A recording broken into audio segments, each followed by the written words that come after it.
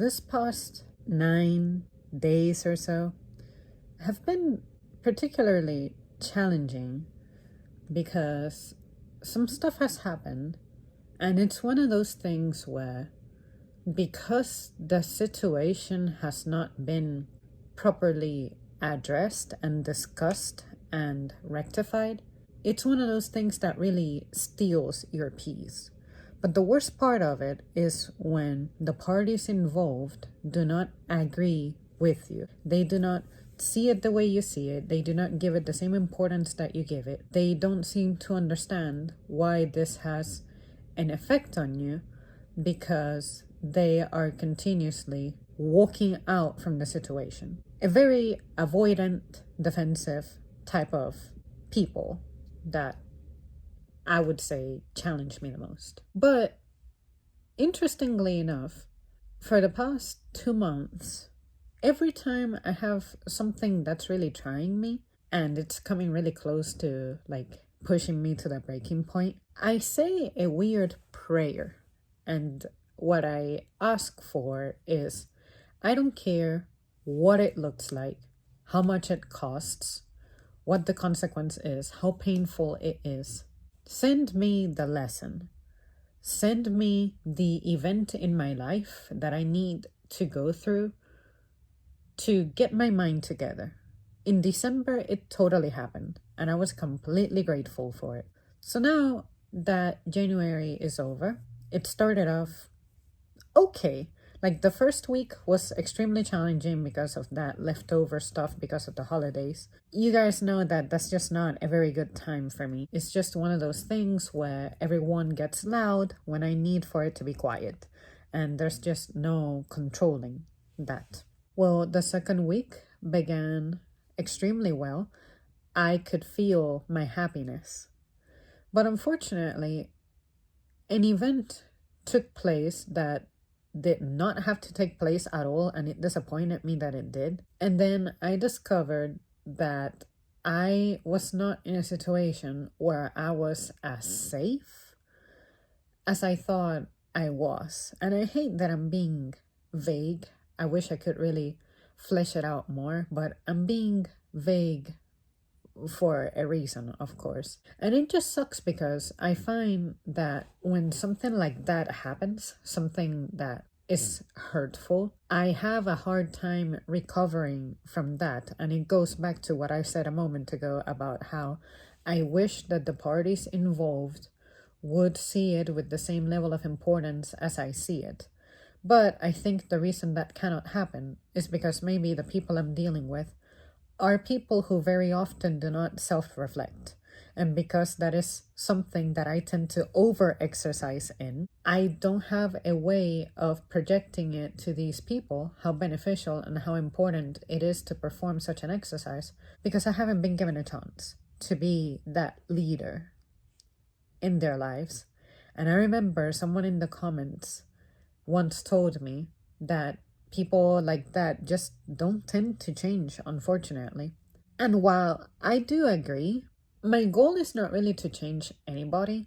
My goal is more to teach a lesson, because I know that there's some stuff that I have going on or that I do that I really should change, but nobody can either force me or convince me to change. You have planted the seed, and I have meditated on it. That's what I would like to be in some people's lives. Like, I want to be that person who plants the seed, and then at some point, you, because you are watering it and feeding it, it grows. Although sometimes I tend to make mistakes that are similar, not quite the exact same mistake, but like one mistake that resembles a past mistake.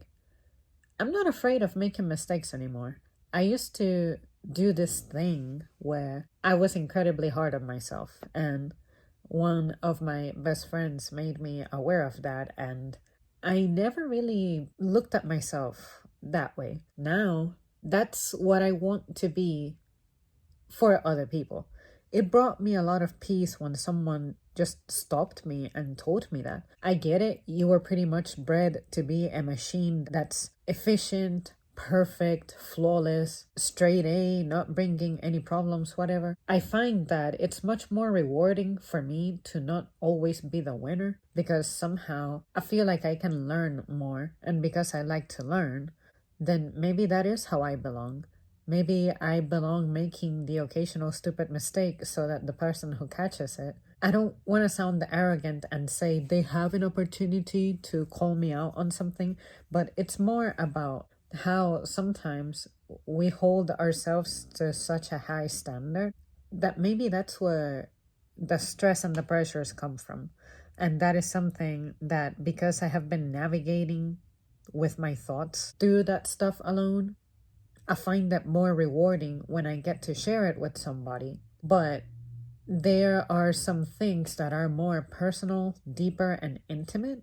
Not any person can be the audience for that, but then the person I deem would be appropriate to be the audience for that may not be able to be present for that discussion, either because they're personally not interested in such a thing, or they personally are too absent from such a thing, or they just simply oppose the whole idea altogether. And then there's that part of me that's like, okay, what do? I shouldn't try to persuade this person, because if it were me and I'm dead set in my ways, you always have the potential of influencing me. Like, I let myself open a little bit with certain matters. But to just from the get-go, without any experience, to have your defenses up, I think that's a problem. The only thing nobody can convince me to change my ways with is drug consumption and little things like that. Like, you guys know what are things that I would absolutely be opposed to. Like, don't try to convince me on that stuff. It's not going to change. But in general, life experiences and stuff about self-growth, and especially like mental and emotional polishing, I have discovered that a lot has to do with childhood, but also I feel like when you become an adult and you live a more independent life that's free from, say, parental management, at that point, I think that you need to assign someone to become a manager figure, a parental figure of your adult life, because maybe your parents did everything they could, but I think that it's important to bestow upon someone the authority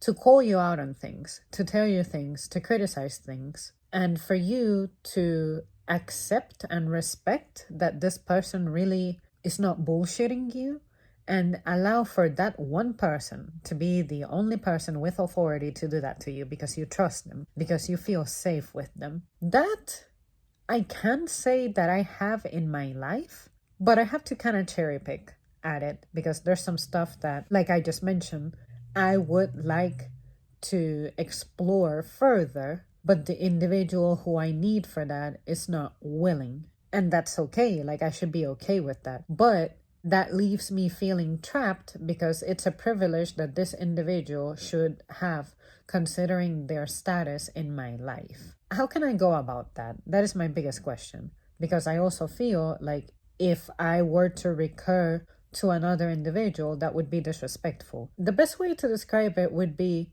not everyone has the same degree of privilege in your life.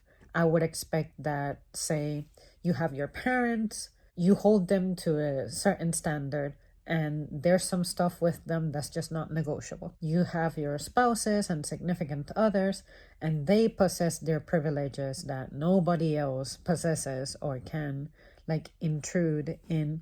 Then you have your teachers and mentors and coaches, and they have their own little category as well, where you trust their judgment and criticism more because of where they have specialized, the area in your life that they have specialized. That's what's happening to me. I have an individual who would be optimal to be the critical figure that I need for an area in my life where I need it, but that's the only person I feel is appropriate for that. But that person is absent and isn't really interested in being a part of that. That's the part where I feel trapped, because I don't deem it appropriate to resort to a different resource. Hopefully that makes sense. But what I can say is that for me, the thing that keeps me depressed and miserable is unresolved matters. Unresolved matters with my parents, unresolved matters with certain friends and stuff. And I don't like to keep that in a continuous cycle. So I guess my question would be, how do you deal with the people who make it difficult to be approached with matters like this? And the best way I can phrase it is, how do you deal with the person who gets offended easily? And I'm not sure if I ever got around to making a video about this, but I have always wanted to discuss how I believe that people need to learn to be difficult to offend. Because imagine if we all decided to throw tantrums every single time that we are addressing serious matters between childhood / adolescence / young adulthood up until your more mature ages. Where is that leadership figure that we used to have as children? It's like that expired. Our teachers and our parents were supposed to be our influential figures. But when you hit a certain stage in your life, they no longer are. But I do believe that parents should continue to be influential, but their role may look a little different. For me, I wish that my parents, yes, both of them, were more nurturing, more affectionate, more tender. It's something that I don't get from my family ever. I don't have family members who tell me that they love me. I don't have anybody telling me that they're proud of me. I don't have anybody telling me that I impress them with my growth or anything like that. You might say that that's something that's implied, but I'm thinking, why is it that stuff like that has to remain implied? Why is it difficult for people to use actual words to project that those are your feelings? Because if you don't, then it makes me feel like you don't notice that about me. You don't know anything about me.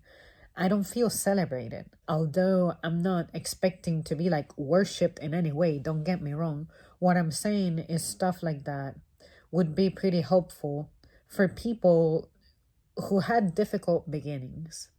And me personally, if you guys ever wonder why my self-confidence is super low, that's part of the reason why. I genuinely go around feeling like I am not anybody's treasure.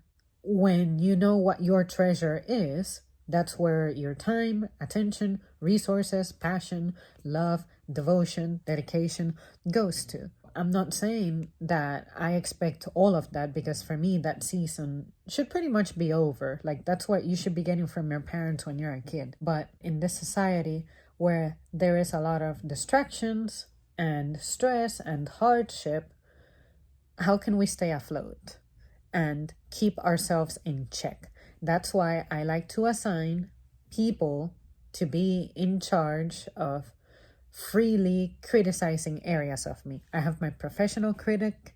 I have my, I want to say my mental critic, but I'm looking for my emotional critic. To a certain extent, my physical critic too. Someone who tells me, Zam, you should be able to lift this 50-pound box over your shoulders given how much you work out. Why aren't you improving? Something like that. So yeah, you guys, I thought that I would share that. This is probably my more difficult side of me to discuss and explore. And in a sense, every single video that I have made about myself to this point has been leading up to this moment to discuss what the real issues are, because I have kind of remained superficial about it. But because there's so many stories of people out there who feel very similar things to what I feel, like I always say, maybe my way of expressing it is going to be the key for someone who doesn't get it to finally get it. Who knows, it might also help me to heal and move on from some things. And what makes me sad is that my peers, especially those who are my generation, we carry very similar scars, and I see what it does to them. And sometimes I think that the consequences that they're going through and the behavior that they're exhibiting is the direction that I may be headed to. And it's not a very pretty one. While I'm aware and experiencing a slightly better stage in my life to where those issues aren't affecting me as bad, I would rather just try to put it out there and leave it up for discussion.